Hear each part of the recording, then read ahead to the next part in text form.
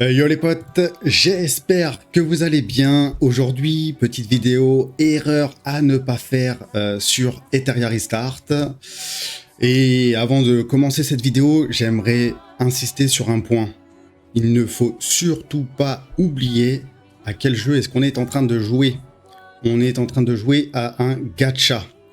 Et donc, qui dit gacha, dit potentiellement de l'argent en jeu.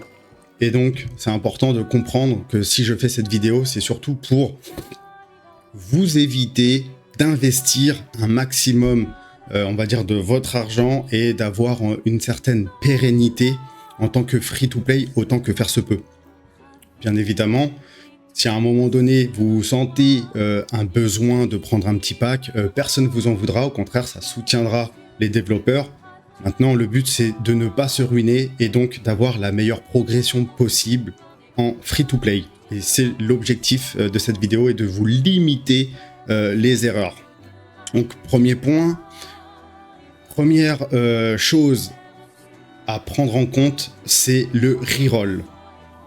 Dans ce jeu, il y a la possibilité de pouvoir effectuer un reroll, donc c'est-à-dire de commencer sa partie et de la recommencer pour pouvoir obtenir sur les premières invocations le personnage qu'on souhaite, entre guillemets.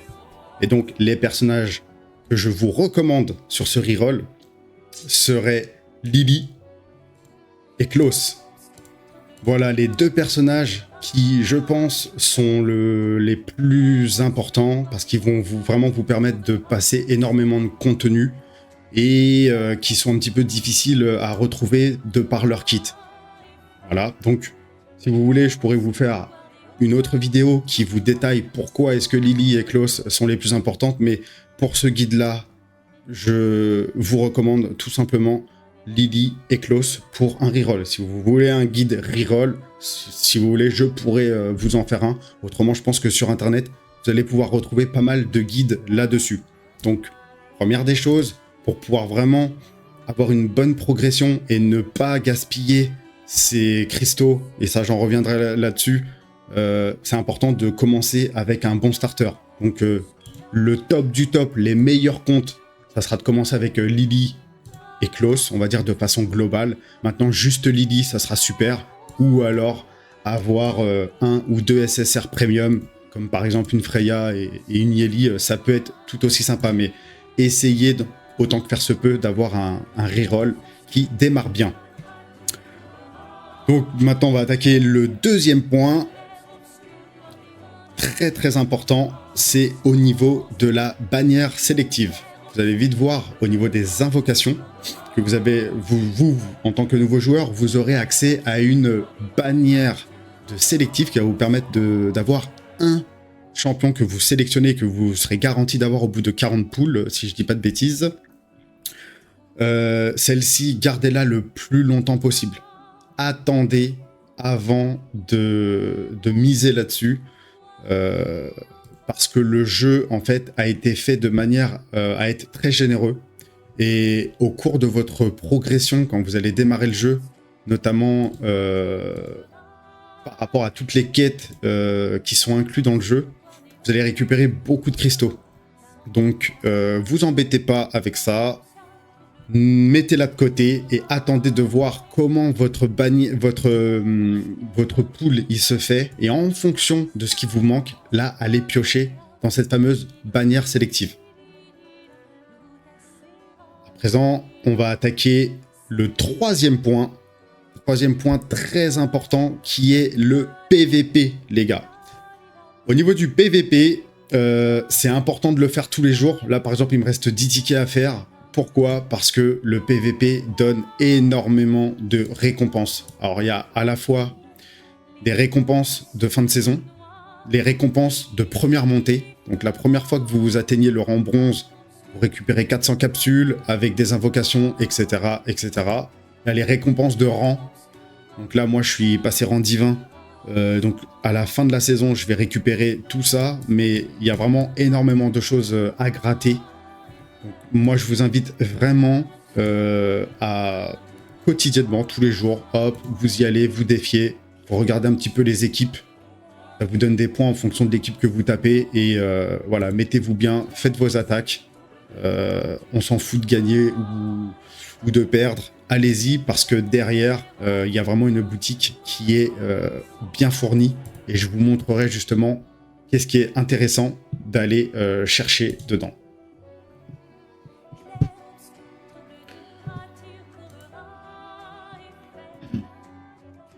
À présent, on va attaquer la boutique d'Union, Hyperlien. Enfin, il y a différents types de boutiques.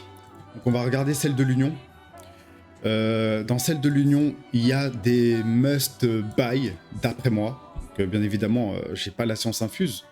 Maintenant, je vous conseille fortement d'aller récupérer des fragments de cristal parfait. Ces cristaux parfaits, ils permettent d'augmenter les skills de vos personnages SSR. Et donc, c'est vraiment l'achat le plus important qu'il faut faire régulièrement. Ensuite, les impressions rouges qui permettent d'évoluer vos personnages en 6 étoiles. Et enfin, je dirais les cristaux d'évolution qui permettent d'évoluer les compétences par contre des personnages SR, donc de rareté 4. Voilà, grosso modo, moi après personnellement, tout le reste je ne l'achète pas. Je trouve que le jeu est suffisamment généreux en fait pour me dispenser d'acheter ça. Maintenant, c'est pas non plus un mal. Tiens, regardez, pour la vidéo, hop, je vais les acheter. Mais honnêtement, généralement, je ne les prends pas. Je les laisse de côté parce que le jeu est très généreux, surtout si vous avez fait un reroll et que vous avez directement commencé avec les persos qu'il vous fallait. Le jeu ne vous pousse pas à invoquer tant que ça. Ensuite, dans cette bannière-là, donc en fonction de vos invocations que vous allez faire, vous allez récupérer des cristaux d'anima, donc c'est une monnaie visiblement universelle qui va vous permettre d'acheter des choses. Le plus important, c'est d'acheter ça, bien évidemment. Donc là, moi, je suis en train d'économiser pour pouvoir l'acheter maintenant. N'allez pas invoquer juste pour acheter ce cristal. Ça serait une grosse erreur à ne pas faire. Ne pas invoquer quand vous n'avez pas besoin. Dans ce jeu, il faut vraiment faire attention à ses ressources. Et donc, quand vous faites quelque chose, c'est que vous en avez le besoin. Si votre compo fonctionne telle qu'elle est, ne cherchez pas à invoquer plus. Et j'y reviendrai justement sur un des points. Boutique de l'arène. Voilà pourquoi l'arène est un des points phares de cette boutique. C'est que toutes les semaines, vous pouvez récupérer cette monnaie-là qui permet d'augmenter les skills de vos personnages. Pour vous faire simple, pourquoi j'insiste sur ces cristaux parfaits ? Tout simplement parce que leur valeur marchande dans la boutique payante est de 50 €. Mais généralement, ils sont fixés à 30,99 €. Vous voyez ?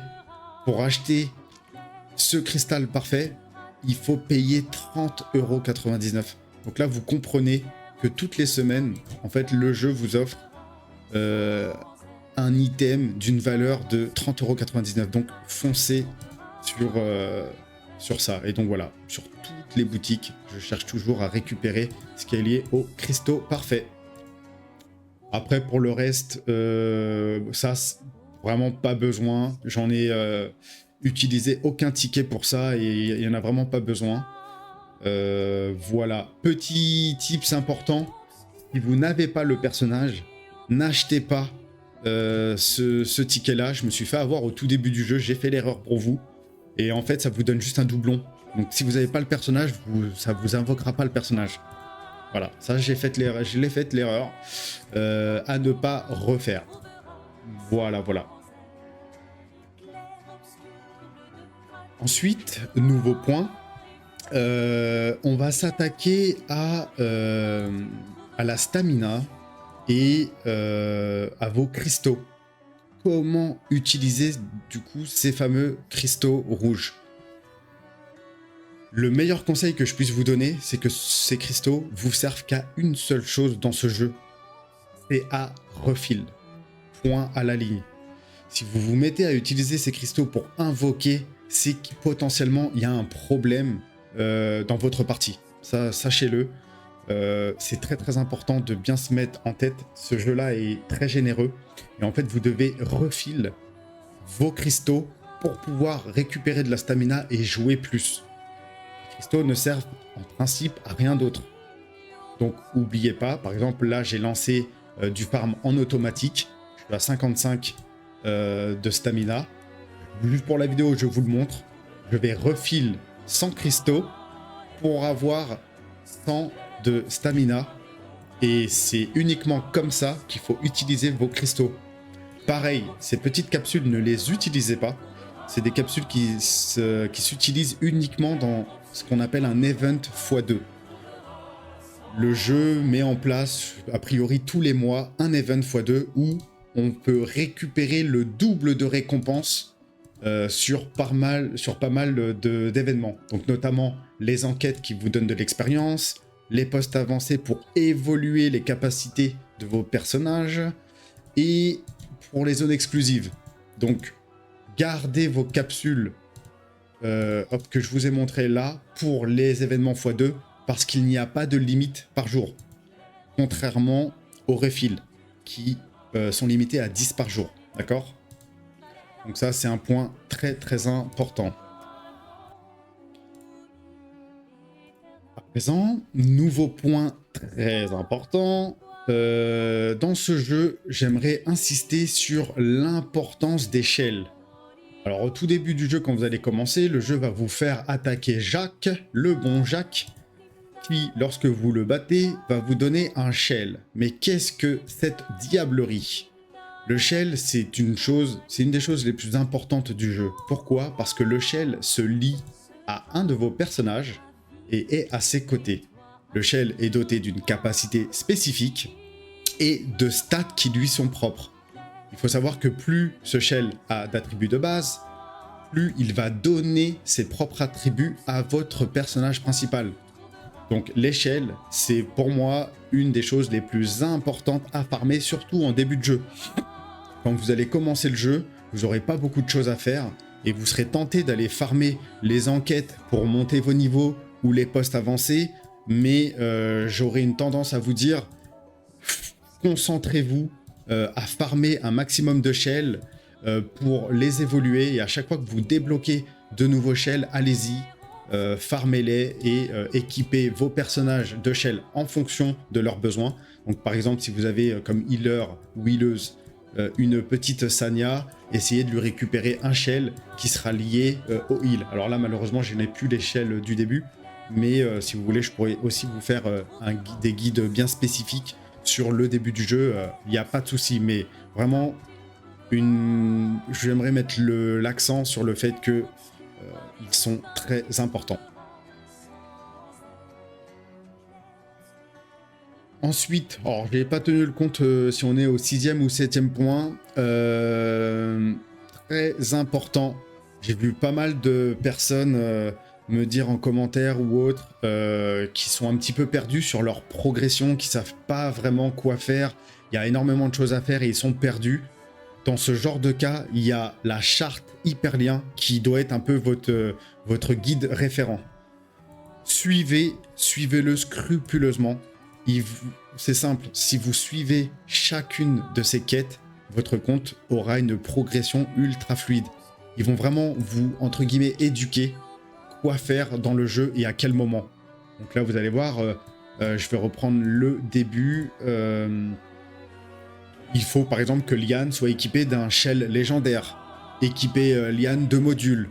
Vraiment, ils vont vous faire énormément de petites choses qui en fait va représenter votre quotidien. Ils vont vous dire quoi farm, et à un moment donné, vous ne savez pas quoi faire.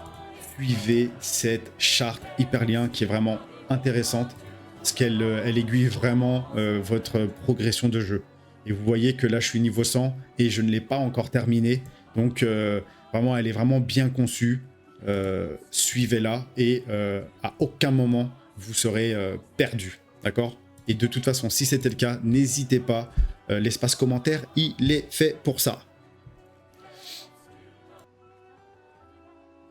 Ok, maintenant qu'on a parlé d'échelle, une erreur fréquente que j'ai vue en début de partie de personnes, c'est de vouloir monter les modules trop vite. En fait, quand vous allez commencer, vous aurez des modules d'une certaine rareté. Donc les premières raretés, donc par exemple celle-ci, des raretés légendaires, si jamais vous avez un item comme celui-ci, ne le montez surtout pas plus 15. Ne faites pas cette erreur, car monter des items plus 15 coûte énormément cher. Vraiment, votre compte, vous allez le gâter si vous vous amusez à monter tous vos équipements plus 15. Non, montez les plus 9. Regardez un petit peu ce que les stats vous donnent. Si vous n'êtes pas satisfait de la stat, n'hésitez pas à la laisser telle quelle, parce qu'entre plus 9 et plus 12, il n'y a pas une énorme différence. Par contre, en termes d'argent, c'est exponentiel. Plus vous montez dans les tours, et plus ça coûte cher. Et là, vous voyez que j'ai encore des cadavres de l'époque, mais j'en ai pas fait énormément. Pourquoi? Parce que à l'époque, cet item était banger. J'avais du dégât critique, du critique et du bonus attaque. Donc à l'époque, je m'étais permis pour vraiment pouvoir passer les contenus. Donc ne soyez pas non plus réfractaire à la montée des modules, mais faites-le avec parcimonie, vraiment, parce que l'argent, ça va très très vite à le gaspiller. Et attendez d'avoir des raretés qui se rapprochent du divin pour pouvoir le faire. Donc dans un premier temps, au tout début du jeu, hop, on va regarder un petit peu. Voilà, quand on commence les premières difficultés, on vous donne vraiment des petites raretés. Voilà, essayez de faire avec le minimum, et à partir du difficile, on commence à avoir du jaune, ça commence à être pas mal, et c'est qu'à partir du cauchemar où on commence à rentrer, dans du intéressant, et on peut monter ces modules plus 12. Mais n'allez pas plus haut, attendez d'avoir voilà, de l'enfer pour pouvoir mettre du plus 15. Voilà, ça c'est le petit conseil par rapport aux équipements qui, je pense, vous aidera pour vos fonds. Voilà. Autre erreur fréquente qu'on a fait tous au début, c'est de se disperser. À vouloir monter trop de personnages, en fait, on se retrouve à ne plus savoir qui monter. On a une bien moins bonne progression parce que, en fait, on disperse des ressources un peu partout. Dites-vous que je suis niveau 100 depuis un bon moment, donc c'est normal que j'ai maintenant une douzaine de personnages de montée par rapport au GVG et à la RTA, mais au début du jeu, je m'étais vraiment focus sur quelques personnages, et ça va venir petit à petit. Donc ça, c'est vraiment très important. Je vous ai d'ailleurs préparé un petit truc pour ça, pour un petit peu regarder les personnages intéressants sur qui se focus. D'ailleurs, il y a des personnages free-to-play qui sont vraiment intéressants à monter. Donc c'est pour ça que je vous dis, ce jeu, ce qui est intéressant, c'est que si vous partez avec juste une petite Lily en SSR ou quelques SSR, à côté, il y a vraiment des très très bons persos en SR. Ditting, dites-vous que Ditting, c'est un SR, c'est mon meilleur DPS. En mono-cible, il n'y a pas meilleur que lui. Pourtant, ce n'est qu'un SR. Sanya, qui est une goth du heal. Tous ces personnages-là, c'est des personnages gratuits. Des personnages SR que vous aurez forcément. Valerian, elle est dans tous les contenus. Casio le rêve, dans tous les PVP. Vraiment, ici, il y a un gros pool de personnages qui ne demandent qu'à être montés. Et si vous regardez, moi personnellement, je joue énormément Viper. Kazuo, elle est presque omniprésente. Valerian aussi. Donc voilà, regardez bien. Mettez pause si vous voulez et regardez sur vos box si vous n'avez pas un de ces personnages qui pourrait vraiment être utile pour votre progression. Donc voilà, ça c'est vraiment les 3 équipes de personnages free-to-play. Allez-y sans modération. Voilà. Et pour les derniers points et clôturer cette vidéo, ce que je pourrais vous conseiller, c'est par rapport aux invocations. Attention. En fait, le jeu, au départ, vous inonde de ressources. Moi, le meilleur conseil que je peux vous donner, c'est d'invoquer sur la bannière permanente. Pourquoi la bannière permanente? C'est simple. Cette bannière est assez insane, puisqu'elle retrace tous les personnages du jeu. C'est-à-dire que en invoquant dessus, même les personnages dont la bannière est en cours, si on regarde, moi, j'ai souvent droppé, là par exemple, j'ai droppé Fushu, qui vient de sortir, je l'ai droppé dans la perma, parce qu'elle y est. En fait, il faut comprendre que dans ce jeu, non seulement vous pouvez avoir tous les Dark and Light du jeu, mais en plus vous pouvez avoir tous les personnages qui sont sortis jusqu'à maintenant. Donc il est vraiment rentable au début du jeu, vu que vous cherchez à avoir tous les persos, d'invoquer sur la bannière permanente, et ensuite d'utiliser les bannières limitées lorsque vraiment vous en aurez besoin. Si vous ressentez un besoin quelconque d'avoir par exemple du contrôle par le biais de Nahor, ou du heal ou du sustain grâce à Fushlu, oui, là effectivement, allez-y invoquer en fonction de vos ressources. Mais vraiment, le gros conseil important, c'est d'invoquer sur la bannière permanente, les amis. Ok? Donc si on est bon là-dessus, le dernier conseil que j'ai à vous donner, c'est de rejoindre une union. Voilà. Une union, je vous le dis, c'est vraiment un banger, c'est très très important de rejoindre une union. Pourquoi? Tout simple, la boutique. La boutique va vous apporter énormément d'argent, mine de rien. Quand vous serez en galère d'argent, juste pour 1000 jetons, vous pouvez avoir 1 million. Donc, ça reste très rentable. Vous avez du coup les fragments de cristaux parfaits, vous avez des invocations, vous avez les cristaux pour évoluer vos SR, et aussi des impressions pour augmenter la rareté de vos personnages. Donc, vraiment... l'union, c'est banger. En plus de ça, il y a un système d'assistance où en gros vous pouvez solliciter les copains de la guilde qui auront leurs jetons. Et vous voyez que là ils m'ont tous donné les jetons pour avoir la ligne Luo. Et qu'est-ce que ça fait quand j'aurai 50 fragments, donc a priori il faut 50 jours pour un personnage, eh bien ça va me permettre d'augmenter en fait, ça me permet d'obtenir un doublon. En fait, ça me permet d'obtenir des doublons gratuitement. Donc là, on voit que j'ai déjà 2 doublons. Donc elle a un 10% de soins accordés. Et là, elle aura les stats qui vont augmenter, etc. etc. Donc, vraiment, une union, c'est banger. En plus de ça, vous avez des événements comme le boss à taper. Et vous voyez qu'en tapant le boss, déjà, on a reçu énormément de ressources sur le premier boss, puis sur le deuxième boss. Et là, on en est au 3e. Et là, vous voyez, hop, parce que les copains ont attaqué, je récupère des jetons, de l'argent et de quoi évoluer mes personnages. Et donc on essaie de faire les plus gros scores de l'équipe. Et voilà. Et vous voyez que en tant que leader, je ne suis pas le meilleur. Et là, on voit qu'il y a 22 personnes qui ont attaqué. Ça fait plaisir, c'est très très bien. Et en plus, il y a des récompenses à récupérer de connexion. Alors pour ces récompenses-là, je vous conseille de les prendre en fin de journée.